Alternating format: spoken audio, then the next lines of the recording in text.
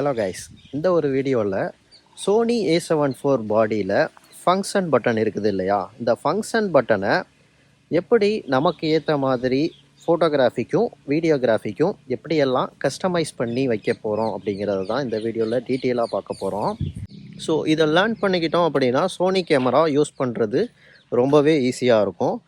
Sony கேமராவில் எல்லாமே நமக்கு ஏற்ற மாதிரி கஸ்டமைஸ் பண்ணி வச்சுக்க முடியும்.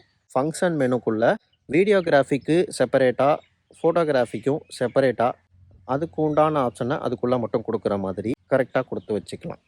இதோட ப்ரீவியஸ் வீடியோஸ் இன்னும் நீங்கள் பார்க்கல அப்படின்னா அந்த வீடியோவை பார்த்துட்டு இந்த வீடியோவை பாருங்கள். அதோட கண்டினியூட்டி தான் இந்த வீடியோ. ஸோ அதை பார்க்காம பார்த்தோம் அப்படின்னா இதுக்கு முன்னாடி நம்ம செட் பண்ணி வச்சுருந்த செட்டிங்ஸ் எதுவுமே புரியாது.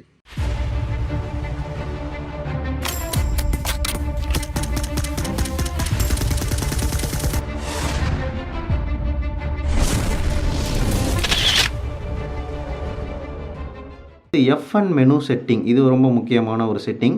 இதில் உள்ளே போனோம் அப்படின்னா இந்த ரெண்டு டிவிஷனில் பார்த்தீங்கன்னா, ஒன்று பார்த்தீங்கன்னா ஃபோட்டோகிராஃபிக்கான இந்த ஃபங்க்ஷன் பட்டன், அடுத்தது வீடியோகிராஃபிக்கான ஃபங்க்ஷன் பட்டன். ஸோ இது ரெண்டையுமே நம்ம செப்பரேட்டாக செட் பண்ணி வச்சுக்க முடியும். இப்போது வீடியோகிராஃபி சைடில் இருக்கிறதுனால எனக்கு இந்த ஃபங்க்ஷன் மெனுலாம் இப்படி வருது இல்லையா. இப்போது இதை நான் ஃபோட்டோகிராஃபி சைடுக்கு மாற்றிக்கிறேன். இப்போது இந்த மெனுஸ்லாம் பார்த்தீங்கன்னா வேறு மாதிரி வரும்.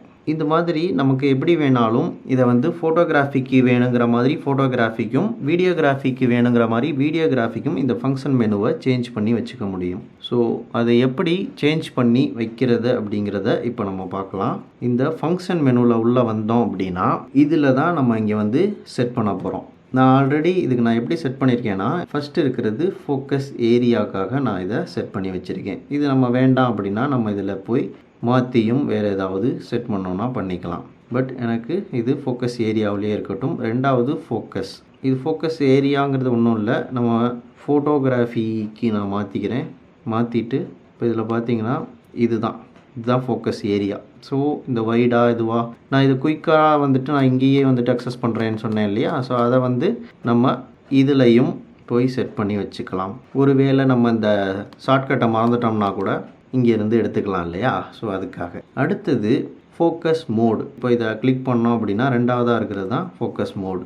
இது ஆட்டோ ஃபோக்கஸ் சிங்கிளாக, கண்டினியூஸாக, இல்லை ஆட்டோ ஃபோக்கஸ் ஆட்டோமேட்டிக்காக, இல்லை டிஎம்எஃபாக, அதாவது டைரக்ட் மேனுவல் ஃபோக்கஸ்ன்னு சொல்லுவாங்க. இது சும்மா அதுவா இல்லை மேனுவல் ஃபோக்கஸா அப்படிங்கிறது. இந்த டிஎம்எஃப் அப்படிங்கிறது ஒன்றும் இல்லை, நம்ம ஆட்டோ ஃபோக்கஸ் தான். ஆட்டோ ஃபோக்கஸ் பண்ணிவிட்டு அதுலேயும் இன்னும் ஃபைன் டியூன் பண்ணும்போது நம்ம இந்த மேனுவல் ஃபோக்கஸை ஓவர் ரைட் பண்ணி அதை இன்னும் அக்யூரேட்டாக ஃபைன் டியூன் பண்ணிக்கலாம். அதுக்காக கொடுக்கப்பட்டது தான் இந்த டிஎம்எஃப் அப்படிங்கிற ஒரு ஆப்ஷன். இது சோனியில் மட்டும்தான் கொடுத்துருக்குறாங்க.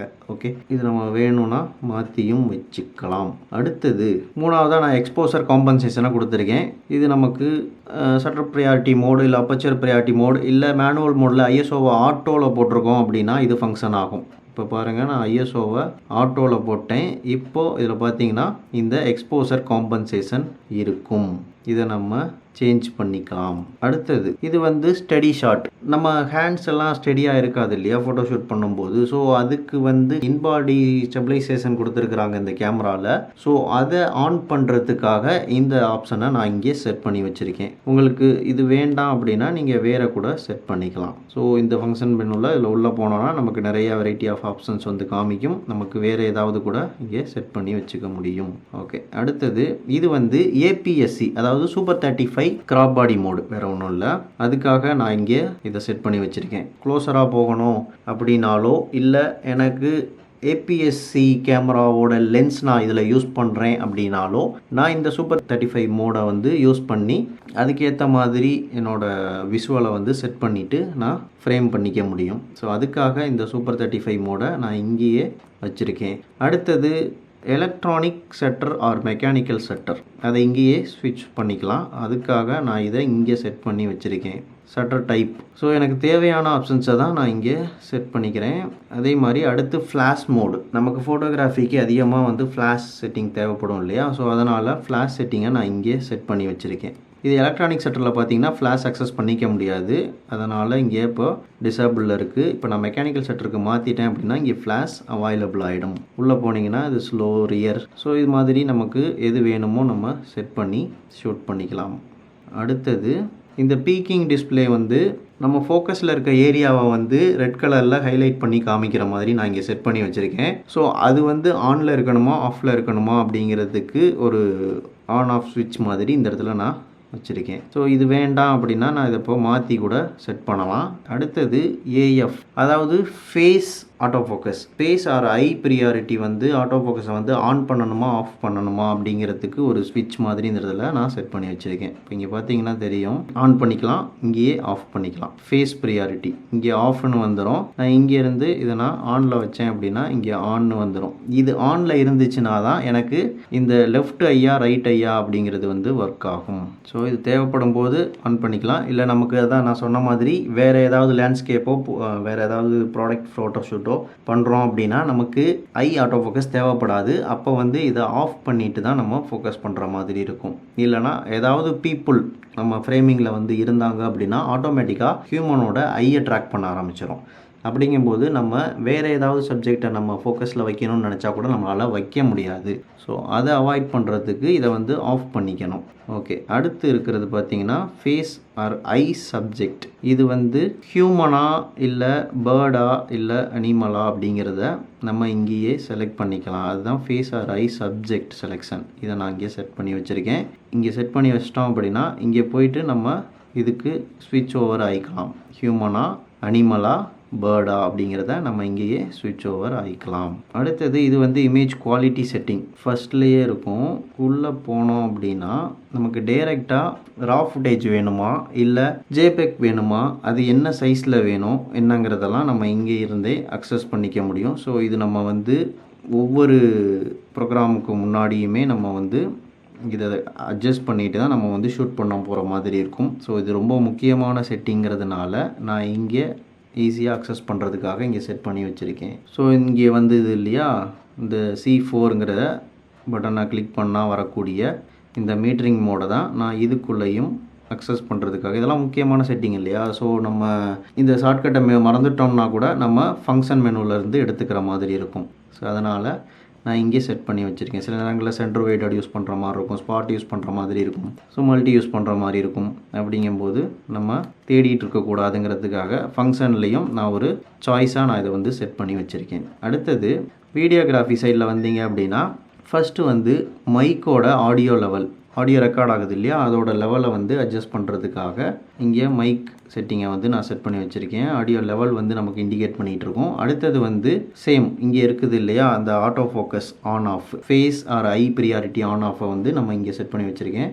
அதே மாதிரி அனிமலா பேர்டா அது சேம், அது வந்து வீடியோகிராஃபி சைடில் நான் இங்கே செட் பண்ணியிருக்கேன். பிபி அப்படிங்கிறது வந்து நம்ம பிக்சர் ப்ரொஃபைல், நான் இங்கே வீடியோகிராஃபிக்கு செட் பண்ணி வச்சுருக்கேன். இப்போ இதில் போனோம் அப்படின்னா ஃபஸ்ட் நம்ம இதை வந்து வீடியோகிராஃபிக்கு மாற்றிடணும். மாற்றிட்டு இப்போ இதில் போகிறோம் அப்படின்னா இங்கே பிபின்னு வருது இல்லை. ஸோ இதில் போனோம்னா பிபி 1 2 3 இதில் எஸ்லாகில் ஷூட் பண்ணுறது, சினிடோனில் ஷூட் பண்ணுறது, இது எல்லாமே வந்துட்டு இதில் தான் ஒர்க் ஆகும். ஸோ வேணும்னா ஆன் பண்ணி வச்சுக்கலாம், வேண்டாம்னா ஆஃப் பண்ணிடலாம். ஸோ அடுத்தது இது வந்து ஜீப்ரா டிஸ்பிளே. ஸோ இது வந்து வீடியோகிராஃபிக்கு அதிகமாக யூஸ் ஆகும். ஸோ அதை நான் இதில் செட் பண்ணி வச்சுருக்கேன். அடுத்து பீக்கிங் ஆன் சேம் அதே மாதிரி இங்கே S35 இங்கே ஃப்ரேம் ரேட் செட் பண்ணுறதுக்காக இங்கே செலக்ட் பண்ணி வச்சுருக்கேன். இப்போ இதுலேயே வந்துட்டு நான் ஃப்ரேம் ரேட்டை நான் சேஞ்ச் பண்ணிக்க முடியும். 25 ஃப்ரேம்ஸ் பர் செகண்ட் வேணுமா, இல்லை 50 ஃப்ரேம்ஸ் பர் செகண்ட் வேணுமா, இல்லை 100p வேணுமா, இது மாதிரி எது வேணாலும் நான் இங்கேயே செட் பண்ணி வச்சுக்க முடியும். ஓகே, அடுத்தது இது வந்து பிட் ரேட்டு 50mலேயே 10 பிட் வேணுமா இல்லை 50mல வந்துட்டு 8 பிட் வேணுமா அப்படிங்கிறத இங்கே இருந்தே மாற்றிக்கலாங்கிற மாதிரி நான் இங்கே செட் பண்ணி வச்சுருக்கேன். ஸோ அதுக்கப்புறம் ஸ்டெடி ஷாட் சேம் ஃபோட்டோகிராஃபிக்கு நம்ம இங்கே ஸ்டெடி ஷாட் பார்த்த மாதிரி இதுலேயுமே வீடியோகிராஃபிக்கு உண்டான ஸ்டெடி ஷாட்டை நான் இங்கே கொடுத்து வச்சுருக்கேன். அதே மாதிரி ஃபோக்கஸ் மேப்பிங் வந்து இங்கேருந்தே ஆன் பண்ணுற மாதிரி கொடுத்துருக்கேன். ஸோ எந்த ஏரியா ஃபோக்கஸில் இருக்குது அப்படிங்கிறத பார்க்குறதுக்காக ஃபோக்கஸ் மேப்பிங் இங்கேயே ஆன் பண்ணி வச்சுக்கலாம், வேண்டானா ஆஃப் பண்ணிக்கலாம். ஃபோக்கஸ் மேப்பிங் எப்படி பண்ணணும் அப்படிங்கிறது தெரியல அப்படின்னா ஐகார்டில் லிங்க் தரேன், நீங்கள் செக் பண்ணி பாருங்கள். அந்த வீடியோவில் டீட்டெயிலாக இது எப்படி வந்து ஒர்க் ஆகுது, எது ஃபோக்கஸில் இருக்கும் எது அவுட் ஆஃப் ஃபோக்கஸில் இருக்கும், அது எப்படி நம்ம ஃபோக்கஸ் மேப்பிங்கை வந்து பார்க்குறது அப்படிங்கிறதெல்லாம் சொல்லியிருப்பேன். ஸோ அடுத்தது சேம் இங்கே என்ன இருந்துச்சோ அதே தான்.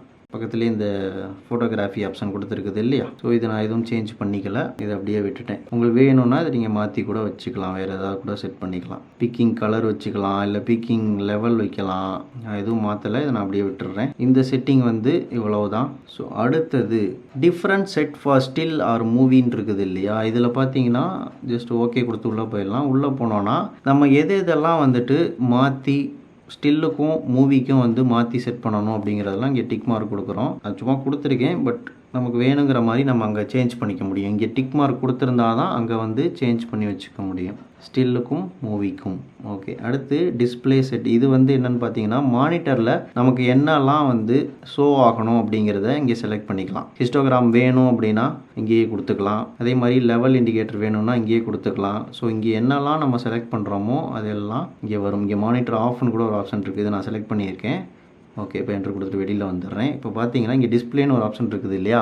ஸோ இதை வந்து ஒரு தடவை கிளிக் பண்ணால் இந்த மாதிரி வரும். அடுத்து கிளிக் பண்ணோம் அப்படின்னா இந்த ஹிஸ்டோகிராம் ஓப்பன் ஆகும். அடுத்து கிளிக் பண்ணால் இந்த பார் ஓப்பன் ஆகும். அடுத்து கிளிக் பண்ணால் டிஸ்பிளே ஆஃப் ஆகிடும். அடுத்து கிளிக் பண்ணால் அது நார்மலாக எல்லாமே வந்துட்டு ஷோ ஆகும். ஸோ இது மாதிரி நம்ம செட் பண்ணக்கூடியதை நம்ம இங்கே தான் செட் பண்ணி வைக்க முடியும். இதில் வந்து நான் டிஸ்பிளே ஆஃபுங்கிறது இப்போ தான் நான் செட் பண்ணேன்.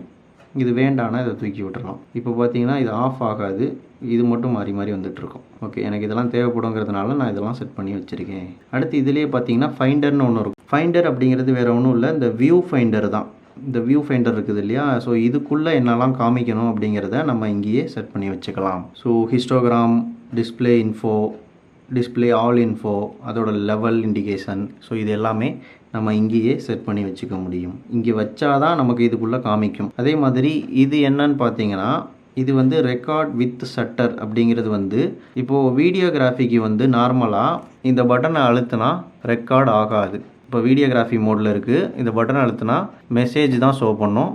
இது வந்து ஷட்டர் பட்டன் வந்து இதில் இல்லை. ஷட்டர் பட்டனை கிளிக் பண்ணால் வீடியோ ரெக்கார்ட் ஆன் பண்ணுற மாதிரி ஆப்ஷனில் இல்லை அப்படிங்கிற மாதிரி வரும். இதை கிளிக் பண்ணால் தான் ரெக்கார்ட் ஆகும். சுற்றி ரெட் கலர் பார் இங்கே ரெக்கார்ட்னு வருது இல்லையா. ஸோ இப்போ இதை போயிட்டு நான் ஆன் பண்ணி வைக்கிறேன் பாருங்கள். இதை ஆன் பண்ணி வச்சிட்டோம் அப்படின்னா இந்த ஷட்டர் பட்டனை அழுத்தினாலே ரெக்கார்ட் ஆகும். ஓகே, ஷட்டர் பட்டனை அகைன் அழுத்தினா ரெக்கார்ட் ஆஃப் ஆயிரும். இந்த பட்டனை அழுத்தி தான் ரெக்கார்ட் ஆன் பண்ணணும் அப்படின்னு இல்லை, அதை அழுத்தினாலும் ஆன் ஆகும். இந்த ஷட்டர் பட்டன் அழுத்தினாலும் ரெக்கார்ட் ஆன் ஆகும். ஸோ நான் ஷட்டர் பட்டனில் மேக்ஸிமம் ஃபோட்டோ எடுக்க மட்டும்தான் யூஸ் பண்ணுவேன், அதனால் எனக்கு அது தேவையில்லை. ஸோ இதை நான் ஆஃப்லேயே வச்சுக்கிறேன். உங்களுக்கு வேணும்னா நீங்கள் இதை ஆன் பண்ணி வச்சுக்கலாம், ஆப்ஷன் கொடுத்துருக்குறாங்க.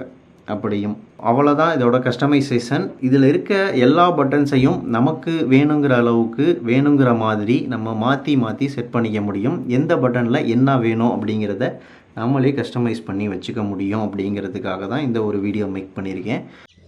ஸோ தேங்க்ஸ் ஃபார் வாட்சிங். அடுத்த வீடியோவை பார்க்கலாம். அது வரைக்கும் bye from Mohanarajan. Thank you, bye.